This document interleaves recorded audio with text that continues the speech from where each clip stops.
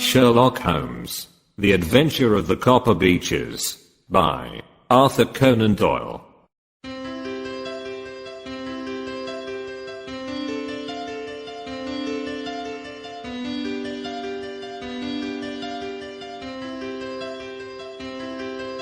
To the man who loves art for its own sake, remarked Sherlock Holmes, tossing aside the advertisement sheet of the Daily Telegraph, it is frequently in its least important and lowliest manifestations that the keenest pleasure is to be derived. It is pleasant to me to observe, Watson, that you have so far grasped this truth, that in these little records of our cases which you have been good enough to draw up, and, I'm bound to say, occasionally to embellish, you have given prominence not so much to the many causes célèbres and sensational trials in which I have figured, but rather to those incidents, which may have been trivial in themselves, but which have given room for those faculties of deduction and of logical synthesis which I have made my special province. And yet, said I, smiling, I cannot quite hold myself absolved from the charge of sensationalism which has been urged against my records. You have heard, perhaps, he observed, taking up a glowing cinder with the tongs, and lighting with it the long cherry-wood pipe which was wont to replace his clay, when he was in a disputatious, rather than a meditative mood. You have heard, perhaps, in attempting to put color and life into each of your statements instead of confining yourself to the task of placing upon record that severe reasoning from cause to effect which is really the only notable feature about the thing.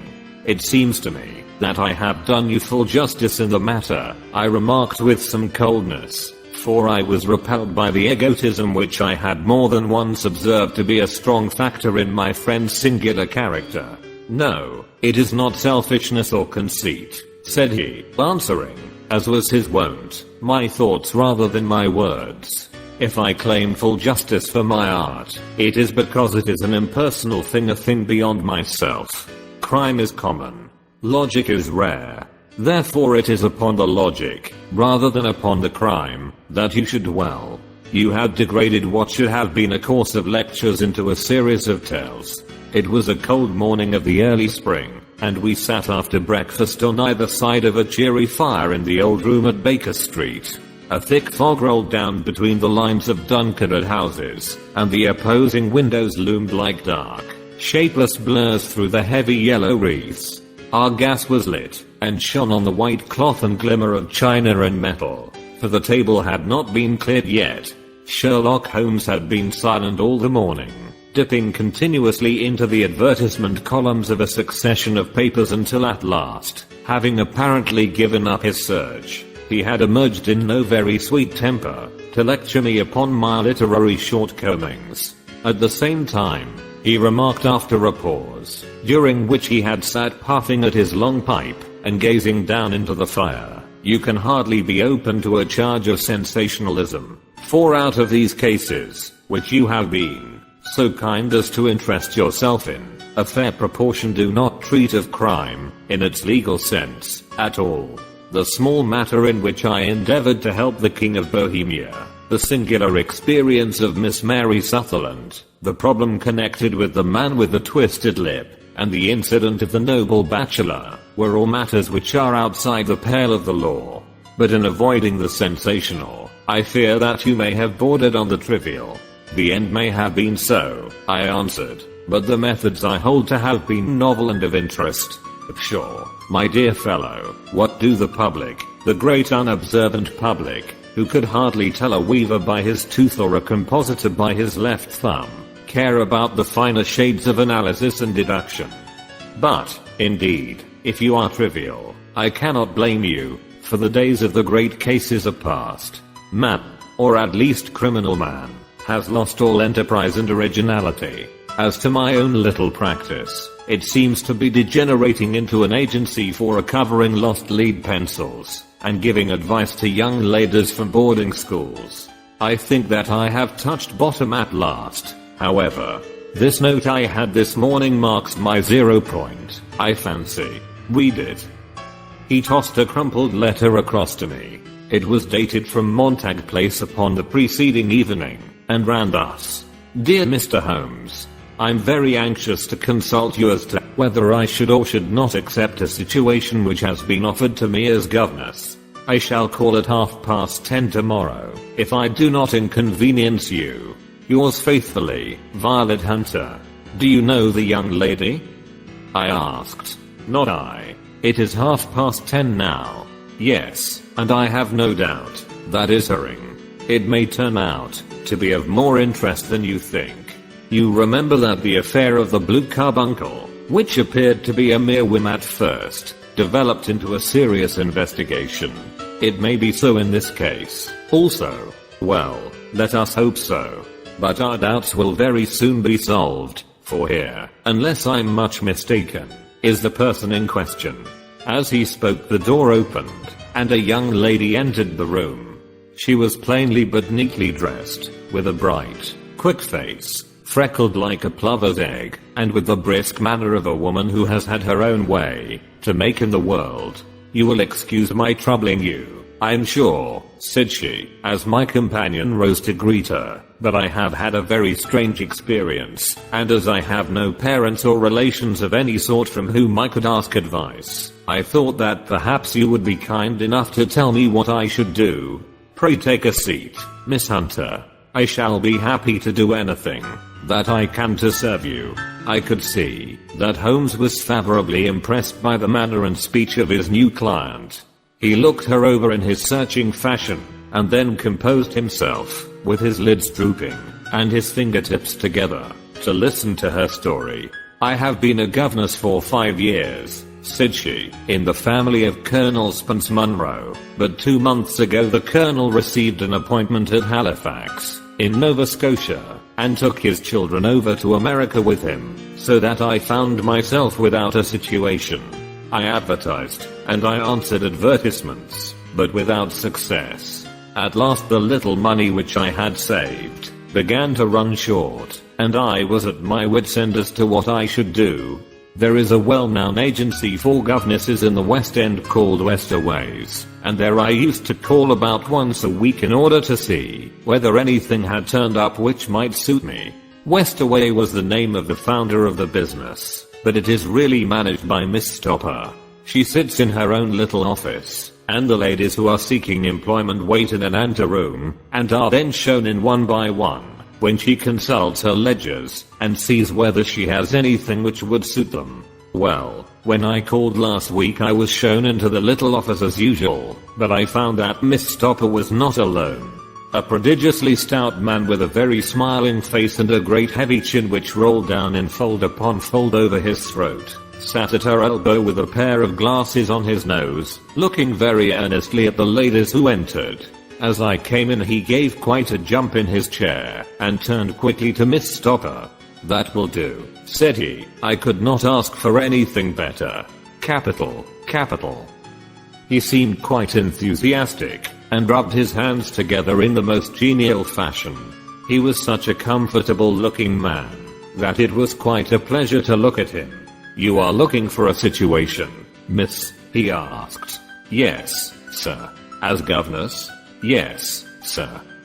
And what salary do you ask? I had £4 a month in my last place with Colonel Spence Munro. Oh, tut, tut, sweating rank sweating, he cried, throwing his fat hands out into the air like a man who is in a boiling passion. How could anyone offer so pitiful a sum to a lady with such attractions and accomplishments? My accomplishments, sir, may be less than you imagine, said I. A little French, a little German, music, and drawing. Tut, tut, he cried. This is all quite beside the question. The point is, have you or have you not the bearing and deportment of a lady? There it is in a nutshell. If you have not, you are not fitted for the rearing of a child who may someday play a considerable part in the history of the country. But if you have, why, then, how could any gentleman ask you to condescend to accept anything under the 3 figures? Your salary with me, madam, would commence at £100 a year. You may imagine, Mr. Holmes, that to me, destitute as I was, such an offer seemed almost too good to be true. The gentleman, However, seeing perhaps the look of incredulity upon my face, opened a pocketbook and took out a note. "It is also my custom," said he, smiling in the most pleasant fashion until his eyes were just two little shining slits amid the white creases of his face, "to advance to my young ladies half their salary beforehand, so that they may meet any little expenses of their journey in their wardrobe." It seemed to me that I had never met so fascinating and so thoughtful a man. As I was already in debt to my tradesman, the advance was a great convenience, and yet there was something unnatural about the whole transaction, which made me wish to know a little more, before I quite committed myself. "May I ask where you live, sir?" said I. "Hampshire." "Charming rural place. The Copper Beaches, 5 miles on the far side of Winchester. It is the most lovely country, my dear young lady, and the dearest old country house." "And my duties, sir? I should be glad to know what they would be." "One child, one dear little romper just 6 years old. Oh, if you could see him killing cockroaches with a slipper. Smack, smack, smack. 3 gone before you could wink." He leaned back in his chair and laughed his eyes into his head again.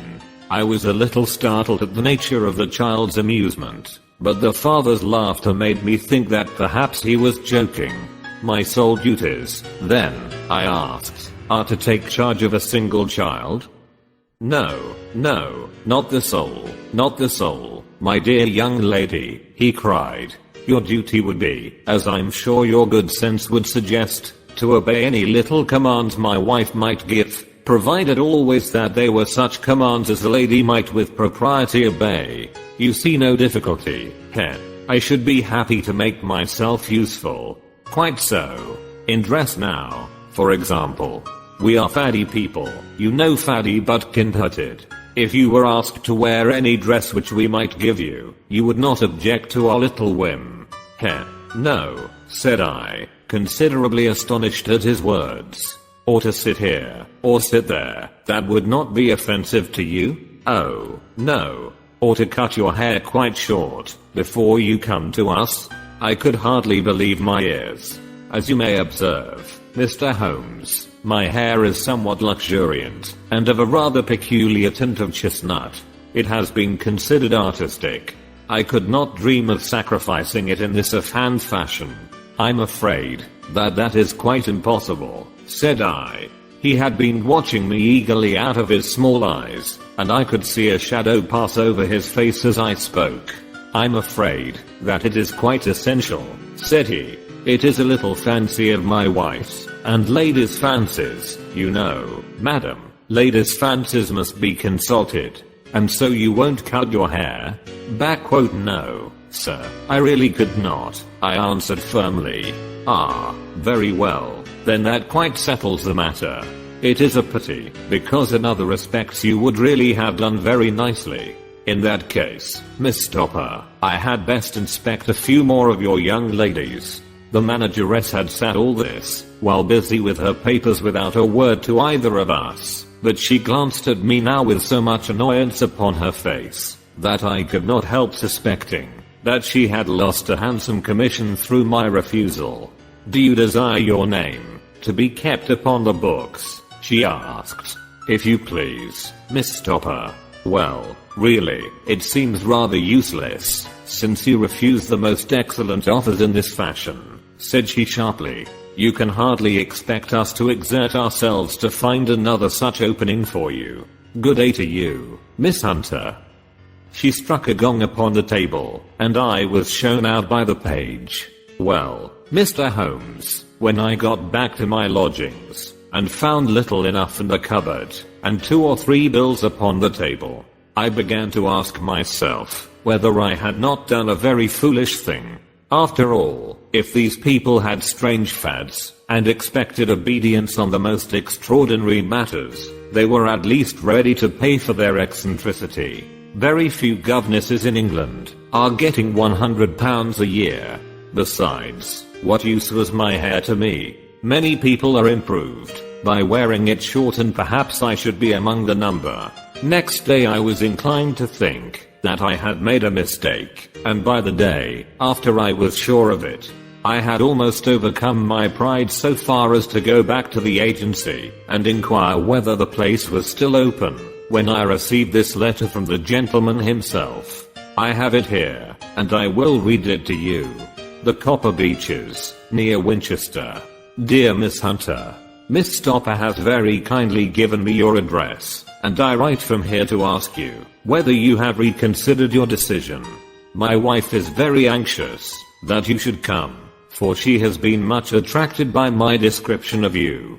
We are willing to give £30 a quarter, or £120 a year, so as to recompense you for any little inconvenience which our fads may cause you. They are not very exacting.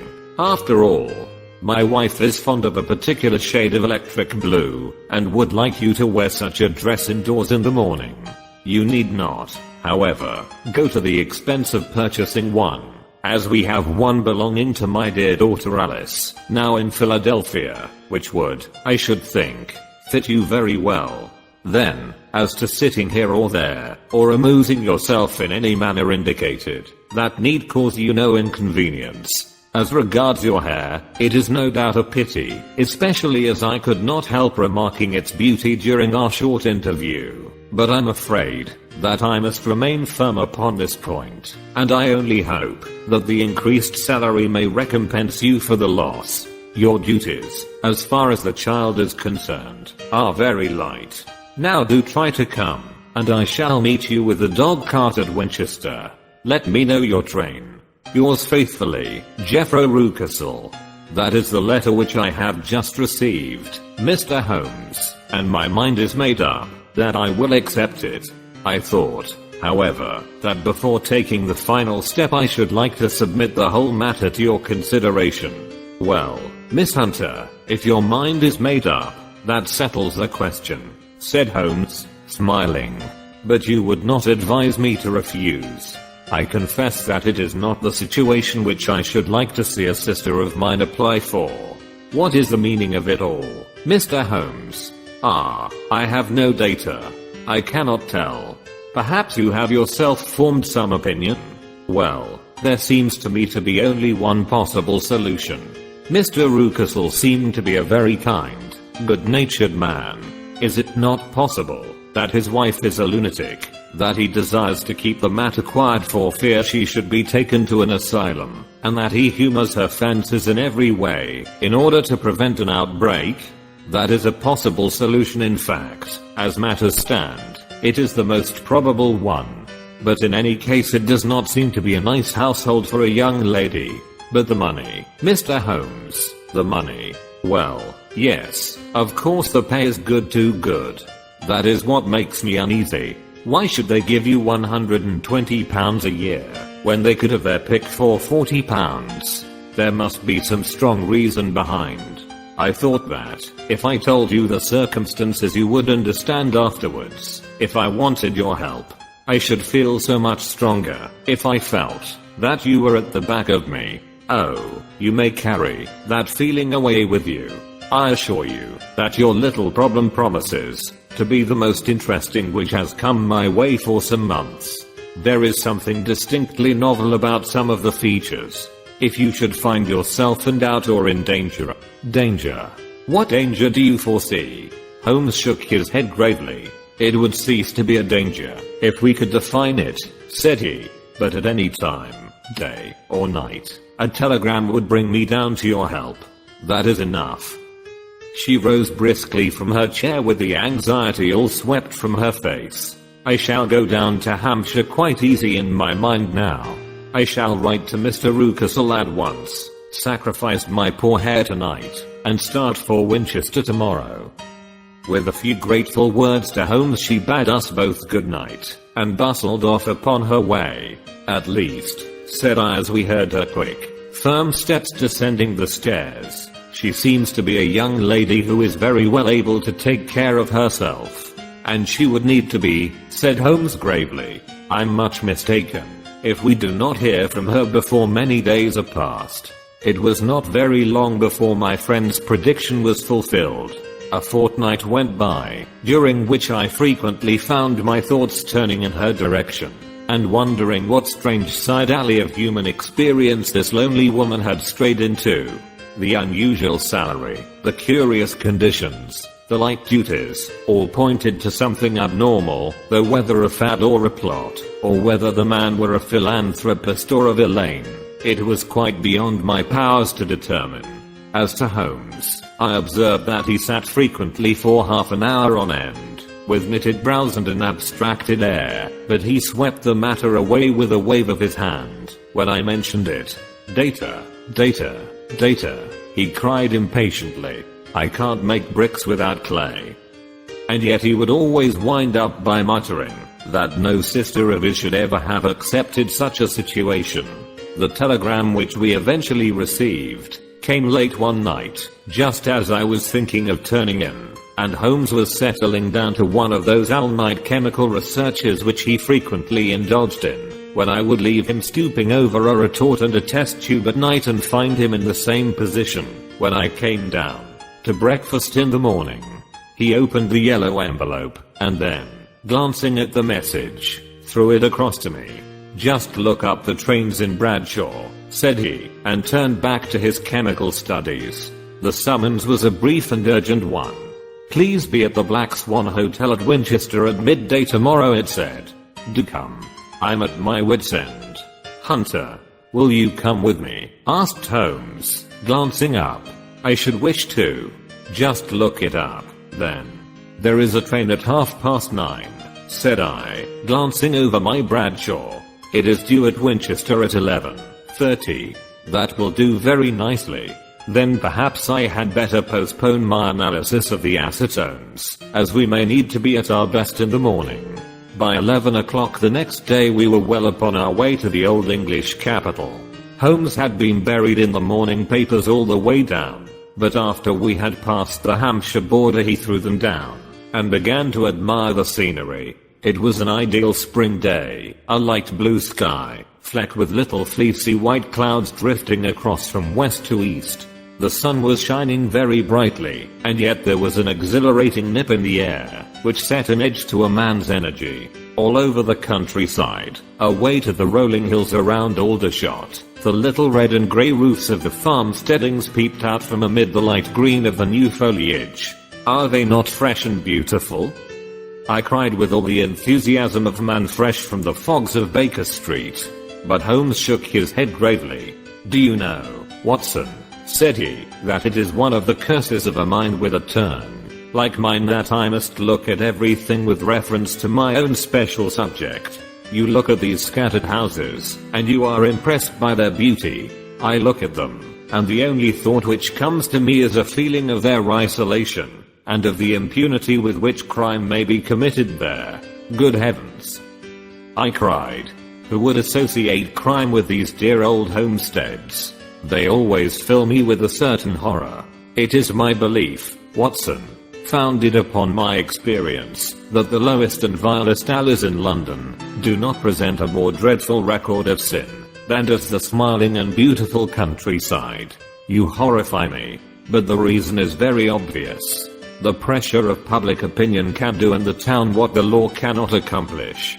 There is no lane so vile that the scream of a tortured child, or the thud of a drunkard's blow, does not beget sympathy and indignation among the neighbors, and then the whole machinery of justice is ever so close that a word of complaint can set it going, and there is but a step between the crime and the dock. But look at these lonely houses, each in its own fields, filled for the most part with poor ignorant folk who know little of the law. Think of the deeds of hellish cruelty, the hidden wickedness which may go on, year in, year out, in such places, and none the wiser. Had this lady who appeals to us for help gone to live in Winchester, I should never have had a fear for her. It is the 5 miles of country which makes the danger. Still, it is clear that she is not personally threatened. No. If she can come to Winchester to meet us, she can get away. Quite so. She has her freedom. What can be the matter, then? Can you suggest no explanation? I have devised 7 separate explanations, each of which would cover the facts as far as we know them. But which of these is correct can only be determined by the fresh information which we shall no doubt find waiting for us. Well, there is the tower of the cathedral, and we shall soon learn all that Miss Hunter has to tell. The Black Swan is an inn of repute in the high street, at no distance from the station, and there we found a young lady waiting for us. She had engaged a sitting room, and our lunch awaited us upon the table. I'm so delighted that you have come, she said earnestly. It is so very kind of you both, but indeed I do not know what I should do. Your advice will be altogether invaluable to me. Pray tell us what has happened to you. I will do so, and I must be quick, for I have promised Mr. Rucastle to be back before 3. I got his leave to come into town this morning, though he little knew for what purpose. Let us have everything in its due order. Holmes thrust his long thin legs out towards the fire, and composed himself to listen. In the first place, I may say that I have met, on the whole, with no actual ill treatment from Mr. and Mrs. Rucastle. It is only fair to them to say that. But I cannot understand them, and I'm not easy in my mind about them. What can you not understand? Their reasons for their conduct. But you shall have it all just as it occurred. When I came down, Mr. Rucastle met me here, and drove me in his dog cart to the Copper Beaches. It is, as he said, beautifully situated, but it is not beautiful in itself. For it is a large square block of a house, whitewashed, but all stained and streaked with damp and bad weather. There are grounds round it, woods on 3 sides, and on the 4th a field which slopes down to the Southampton High Road, which curves past about 100 yards from the front door. This ground in front belongs to the house, but the woods all round are part of Lord Southerton's preserves. A clump of copper beeches immediately in front of the hall door has given its name to the place. I was driven over by my employer, who was as amiable as ever, and was introduced by him that evening to his wife and the child. There was no truth, Mr. Holmes, in the conjecture which seemed to us to be probable in your rooms at Baker Street. Mrs. Rucastle is not mad. I found her to be a silent, pale-faced woman, much younger than her husband, not more than 30, I should think, while he can hardly be less than 45. From their conversation I have gathered that they have been married about 7 years, that he was a widower, and that his only child by the first wife was the daughter who has gone to Philadelphia. Mr. Rucastle told me in private that the reason why she had left them was that she had an unreasoning aversion to her stepmother, as the daughter could not have been less than 20. I can quite imagine that her position must have been uncomfortable with her father's young wife. Mrs. Rucastle seemed to me to be colorless, in mind as well as in feature. She impressed me neither favorably nor the reverse. She was a non-entity. It was easy to see that she was passionately devoted both to her husband and to her little son. Her light gray eyes wandered continually from one to the other, noting every little want, and forestalling it if possible. He was kind to her also in his bluff, boisterous fashion, and on the whole they seemed to be a happy couple. And yet she had some secret sorrow, this woman.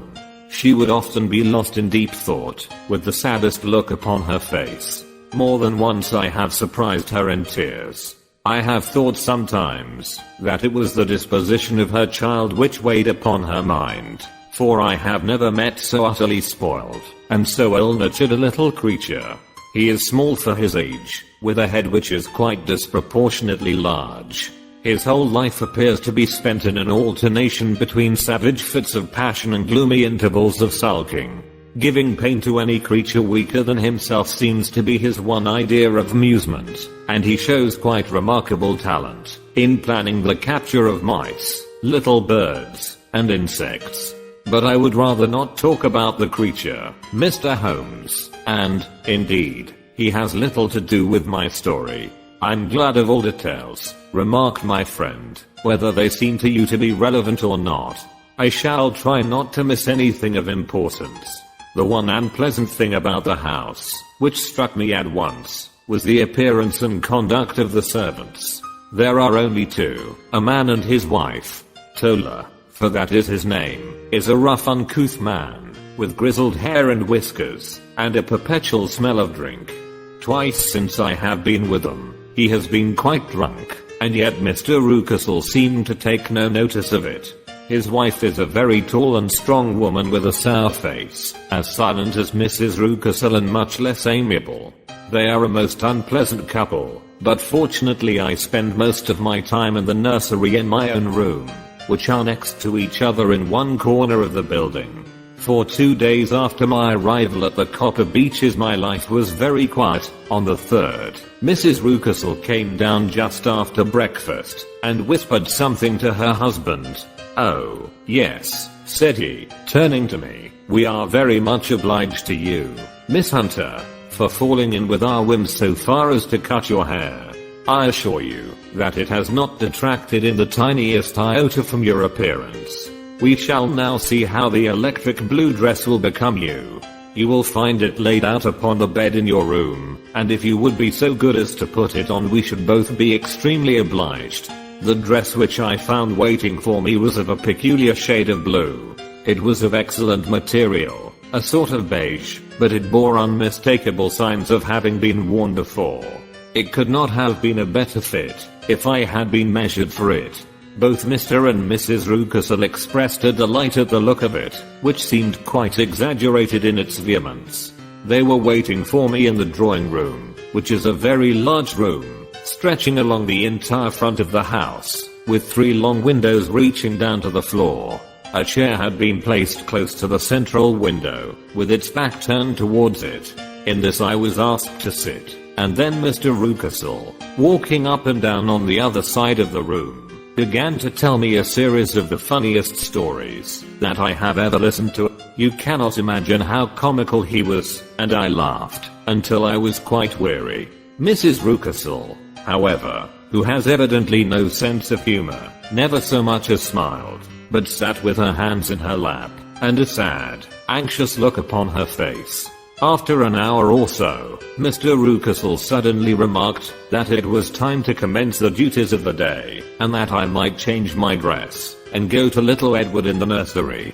2 days later the same performance was gone through under exactly similar circumstances.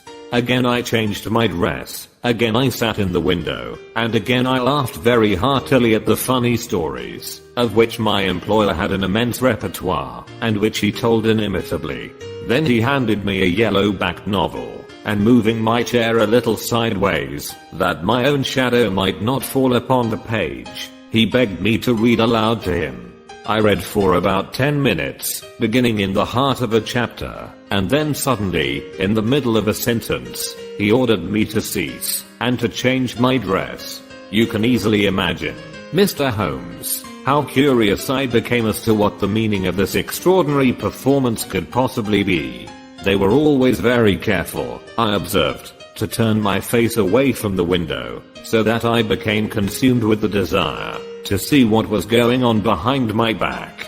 At first it seemed to be impossible, but I soon devised a means. My hand mirror had been broken, so a happy thought seized me, and I concealed a piece of the glass in my handkerchief. On the next occasion, in the midst of my laughter, I put my handkerchief up to my eyes, and was able with a little management, to see all that there was behind me. I confess that I was disappointed. There was nothing. At least that was my first impression. At the second glance, however, I perceived that there was a man standing in the Southampton Road, a small bearded man in a grey suit, who seemed to be looking in my direction. The road is an important highway, and there are usually people there. This man, however, was leaning against the railings which bordered our field, and was looking earnestly up. I lowered my handkerchief, and glanced at Mrs. Rucastle to find her eyes fixed upon me with the most searching gaze. She said nothing, but I'm convinced that she had divined that I had a mirror in my hand, and had seen what was behind me. She rose at once. "Jeffro," said she, "there is an impertinent fellow upon the road there who stares up at Miss Hunter." "No friend of yours, Miss Hunter?" he asked. "No, I know no one in these parts." "Dear me, How very impertinent. Kindly turn round and motion to him to go away. Surely it would be better to take no notice. No, we should have him loitering here always. Kindly turn round and wave him away like that. I did as I was told, and at the same instant Mrs. Rucastle drew down the blind. That was a week ago, and from that time I have not sat again in the window, nor have I worn the blue dress, nor seen the man in the road. Pray continue, said Holmes. Your narrative promises to be a most interesting one.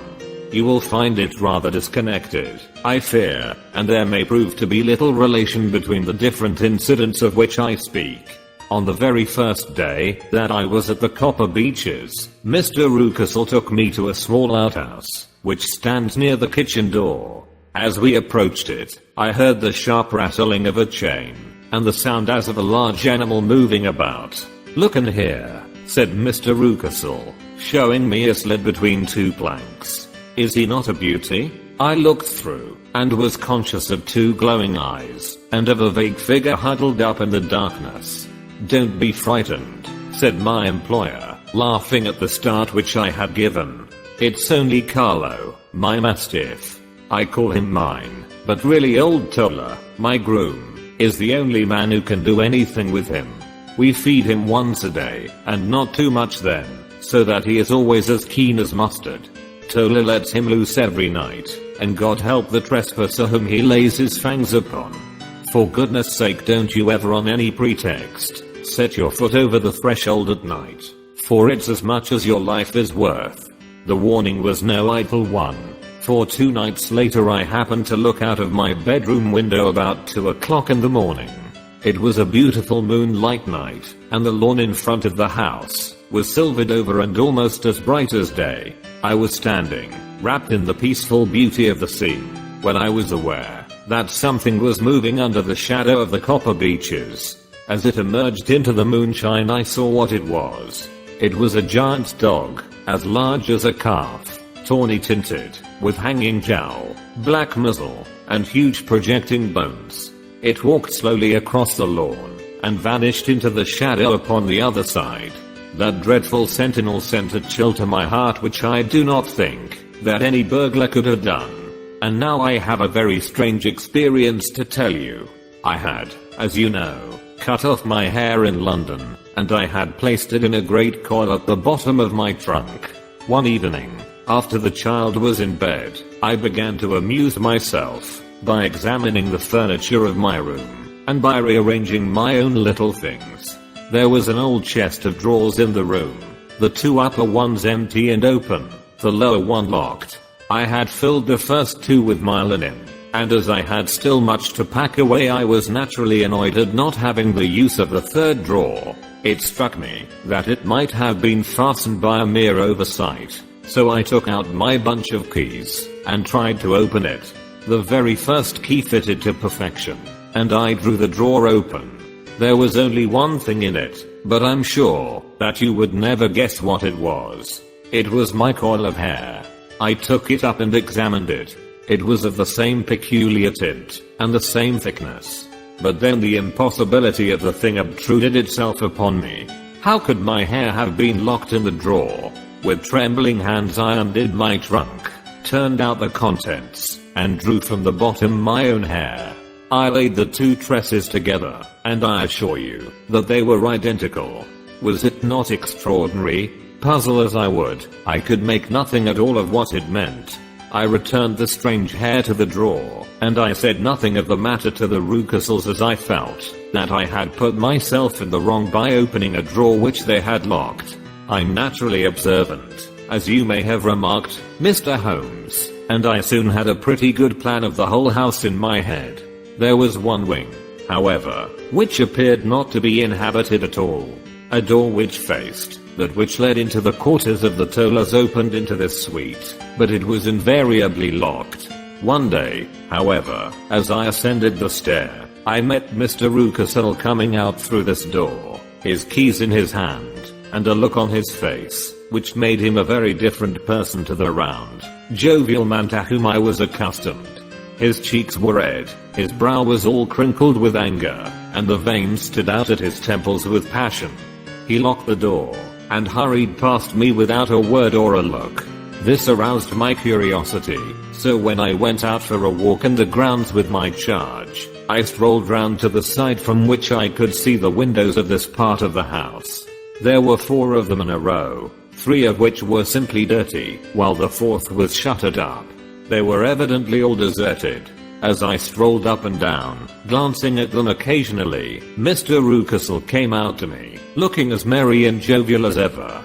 "Ah," said he, "you must not think me rude if I passed you without a word, my dear young lady. I was preoccupied with business matters."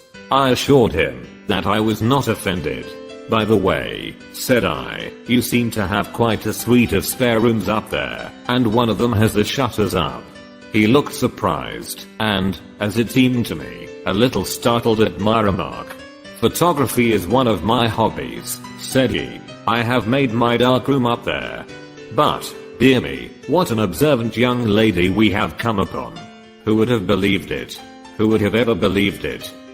He spoke in a jesting tone, but there was no jest in his eyes as he looked at me. I read suspicion there and annoyance, but no jest. Well, Mr. Holmes, from the moment that I understood that there was something about that suite of rooms which I was not to know, I was all on fire to go over them. It was not mere curiosity, though I have my share of that. It was more a feeling of duty, a feeling that some good might come from my penetrating to this place. They talk of woman's instinct. Perhaps it was woman's instinct which gave me that feeling. At any rate, it was there, and I was keenly on the lookout for any chance to pass the forbidden door. It was only yesterday that the chance came. I may tell you that, besides Mr. Rucastle, both Toller and his wife find something to do in these deserted rooms, and I once saw him carrying a large black linen bag with him through the door. Recently he has been drinking hard, and yesterday evening he was very drunk, and when I came upstairs there was the key in the door. I have no doubt at all that he had left it there. Mr. and Mrs. Rucastle were both downstairs, and the child was with them, so that I had an admirable opportunity. I turned the key gently in the lock, opened the door, and slipped through. There was a little passage in front of me, unpapered and uncarpeted, which turned at a right angle at the farther end. Round this corner were 3 doors in a line, the first and third of which were open. They each led into an empty room, dusty and cheerless, with 2 windows in the one, and one in the other, so thick with dirt that the evening light glimmered dimly through them. The center door was closed, and across the outside of it had been fastened one of the broad bars of an iron bed, padlocked at one end to a ring in the wall, and fastened at the other with stout cord. The door itself was locked as well, and the key was not there. This barricaded door corresponded clearly with the shuttered window outside, and yet I could see by the glimmer from beneath it that the room was not in darkness. Evidently there was a skylight which let in light from above. As I stood in the passage gazing at the sinister door, and wondering what secret it might veil, I suddenly heard the sound of steps within the room, and saw a shadow pass backward and forward against the little slit of dim light which shone out from under the door. A mad, unreasoning terror rose up in me at the sight. Mr. Holmes. My overstrung nerves failed me suddenly, and I turned and ran as though some dreadful hand were behind me clutching at the skirt of my dress. I rushed down the passage, through the door, and straight into the arms of Mr. Rucastle, who was waiting outside. "So," said he, smiling, "it was you, then?"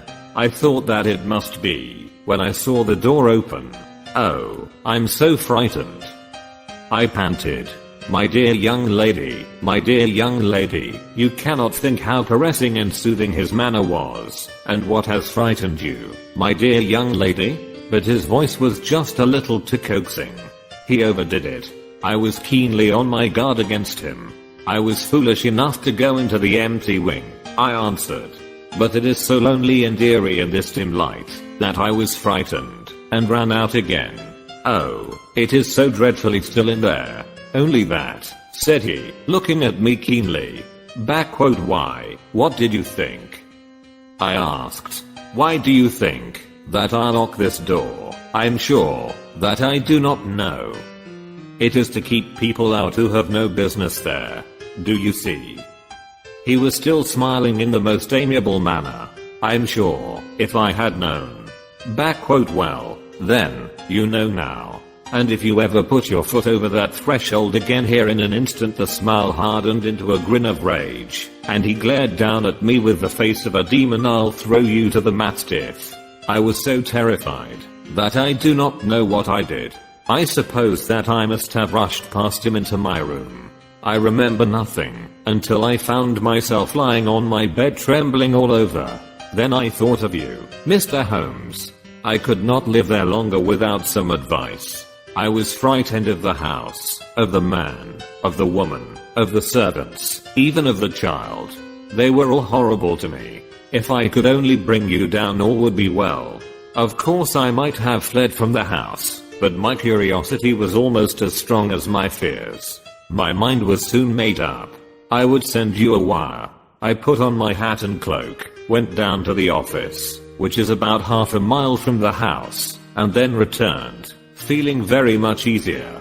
A horrible doubt came into my mind as I approached the door, lest the dog might be loose, but I remembered that Tola had drunk himself into a state of insensibility that evening, and I knew that he was the only one in the household who had any influence with the savage creature, or who would venture to set him free. I slipped in safety, and lay awake half the night in my joy at the thought of seeing you. I had no difficulty in getting leave to come into Winchester this morning, but I must be back before 3 o'clock, for Mr. and Mrs. Rucastle are going on a visit, and will be away all the evening, so that I must look after the child. Now I have told you all my adventures, Mr. Holmes, and I should be very glad if you could tell me what it all means, and, above all, what I should do. Holmes and I had listened spellbound to this extraordinary story. My friend rose now, and paced up and down the room, his hands in his pockets, and an expression of the most profound gravity upon his face. Is Tola still drunk? He asked. Yes. I heard his wife tell Mrs. Rucastle that she could do nothing with him. That is well. And the Rucastles go out tonight? Yes. Is there a cellar with a good strong lock?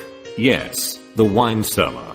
You seem to me to have acted all through this matter like a very brave and sensible girl, Miss Hunter. Do you think that you could perform one more feat? I should not ask it of you if I did not think you a quite exceptional woman. I will try. What is it? We shall be at the Copper Beaches by 7 o'clock. My friend and I, the Rucastles, will be gone by that time, and Tola will, we hope, be incapable. There only remains Mrs. Tola, who might give the alarm. If you could send her into the cellar on some errand, and then turn the key upon her, you would facilitate matters immensely. I will do it. Excellent. We shall then look thoroughly into the affair. Of course there is only one feasible explanation. You have been brought there to personate someone, and the real person is imprisoned in this chamber. That is obvious. As to who this prisoner is, I have no doubt that it is the daughter, Miss Alice Rucastle, if I remember right, who was said to have gone to America. You were chosen, doubtless, as resembling her in height, figure, and the color of your hair. Hers had been cut off, very possibly in some illness through which she has passed, and so, of course, yours had to be sacrificed also. By a curious chance you came upon her tresses.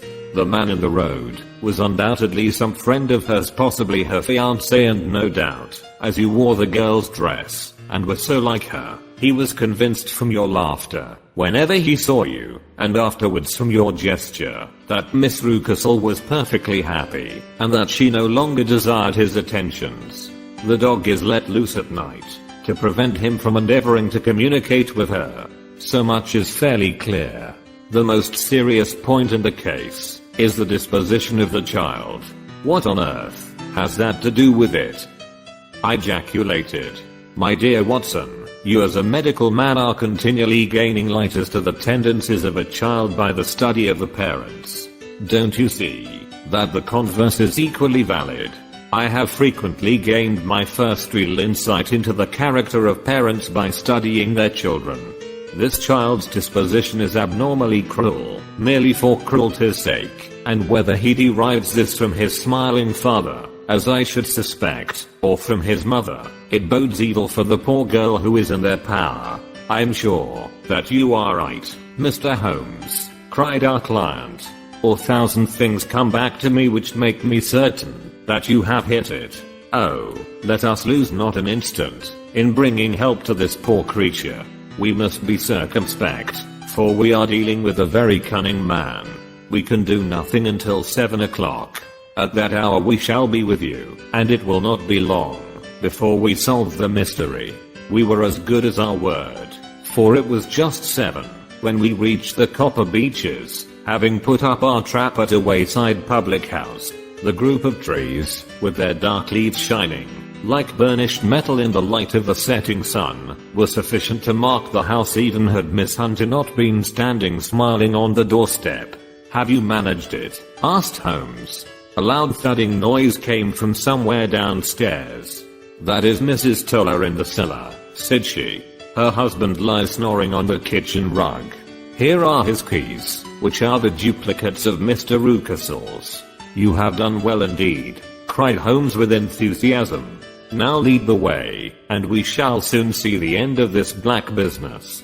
We passed up the stair, unlocked the door, followed on down a passage, and found ourselves in front of the barricade, which Miss Hunter had described.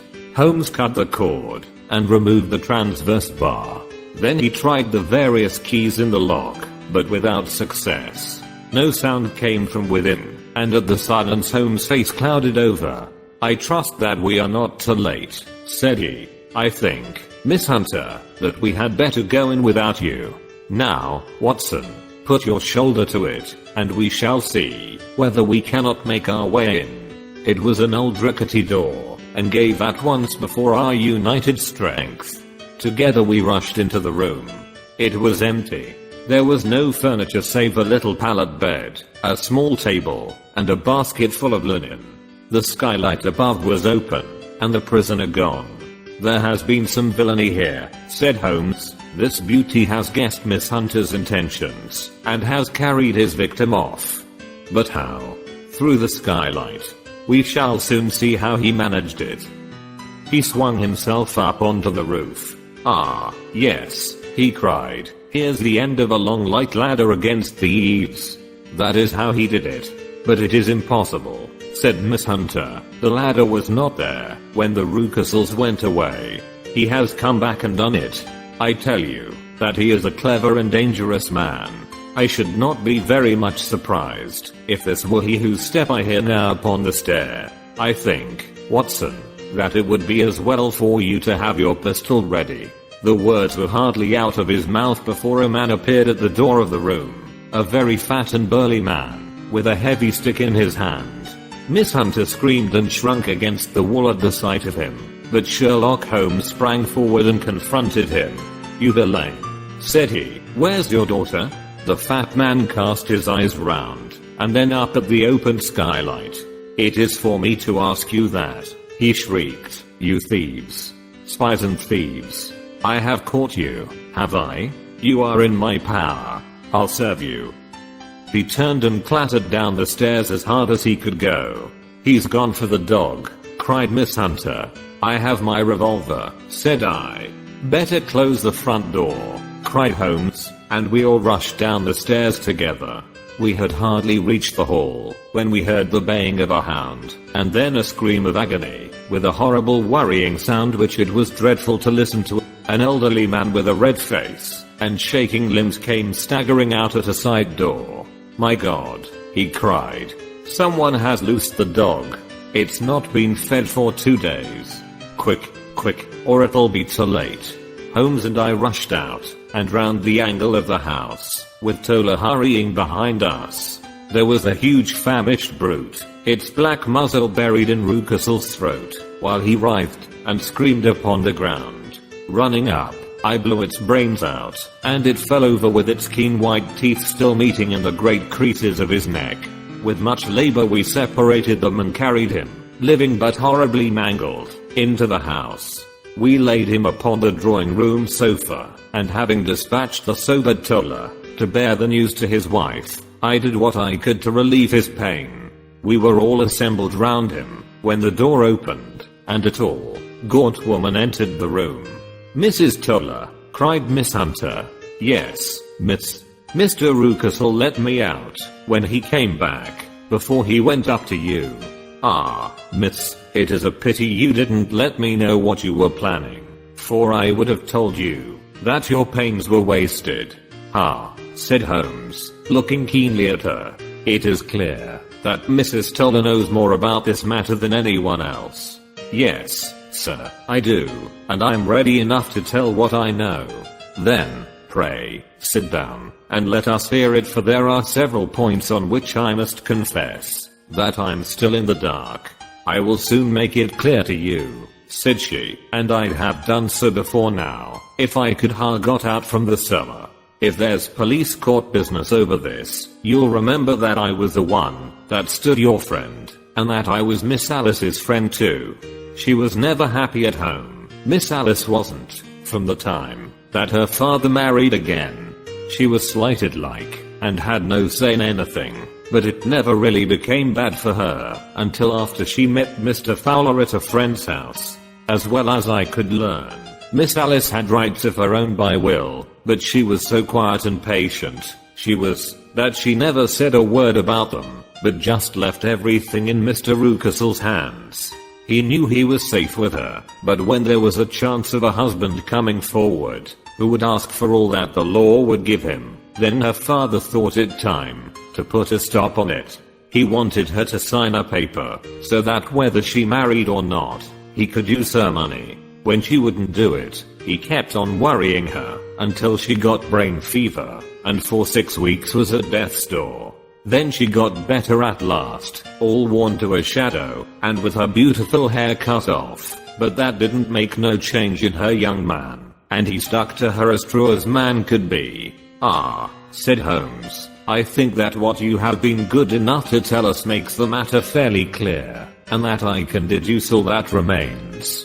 Mr. Rucastle then, I presume, took to this system of imprisonment?" "Yes, sir, and brought Miss Hunter down from London, in order to get rid of the disagreeable persistence of Mr. Fowler." "That was it, sir.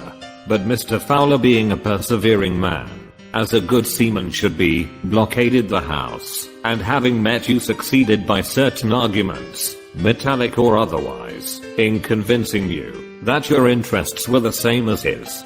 Mr. Fowler was a very kind-spoken, free-handed gentleman," said Mrs. Tola serenely, "and in this way he managed that your good man should have no want of drink, and that a ladder should be ready at the moment when your master had gone out. You have it, sir, just as it happened."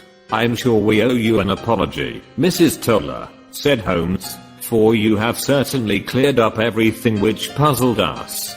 And here comes the country surgeon and Mrs. Rucastle, so I think, Watson, that we had best escort Miss Hunter back to Winchester, as it seems to me that our locus standi now is rather a questionable one." And thus was solved the mystery of the sinister house with the copper beeches in front of the door.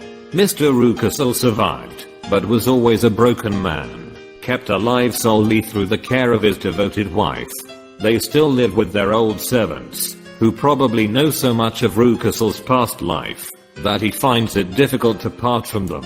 Mr. Fowler and Miss Rucastle were married, by special license, in Southampton the day after their flight, and he is now the holder of a government appointment in the island of Mauritius. As to Miss Violet Hunter, my friend Holmes, rather to my disappointment, manifested no further interest in her when once she had ceased to be the center of one of his problems, and she is now the head of a private school at Walsall, where I believe that she has met with considerable success.